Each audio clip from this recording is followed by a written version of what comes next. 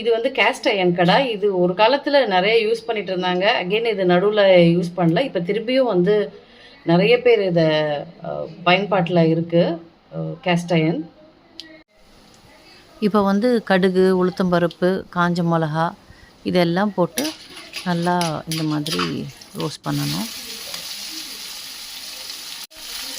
வெங்காயம் போட்டு 1 கப் வெங்காயம் போட்டு நல்லா வதக்கணும். இது கேஸ்ட் அயனும் வந்து கல்சட்டி மாதிரி சூடு வந்து ரொம்ப நேரம் தாங்கும். பட் இது சூடாகிறதுக்கு கொஞ்சம் நேரம் ஆனாலும் சீக்கிரமாக குக் ஆகிடும். இப்போ வந்து நறுக்கி கீரையை மாடியிலேருந்து பறிச்சிட்டு வந்து வாஷ் பண்ணிவிட்டு சின்ன சின்னதாக நறுக்கி வச்சுருக்கேன். அதை போடணும்.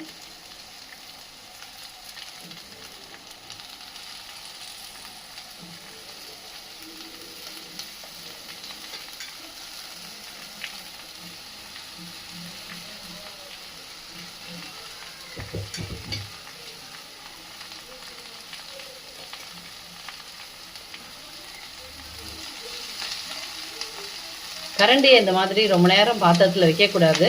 சமைக்கும்போது கரண்டியும் சூடாகிடும். பிகினர்ஸ் எல்லாம் வந்து அதை கொஞ்சம் பார்த்துக்கோங்க.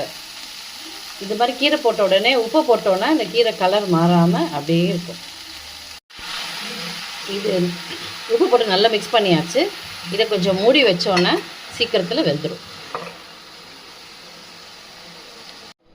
இப்போ கீரை வெந்துருச்சு. துருவி வச்ச தேங்காவை இதில் ஆட் பண்ணி நல்லா கிளறிட்டு ஸ்விட்ச் ஆஃப் பண்ணிவிடுங்க. டேஸ்டியான கீரை பொரியல் ரெடி.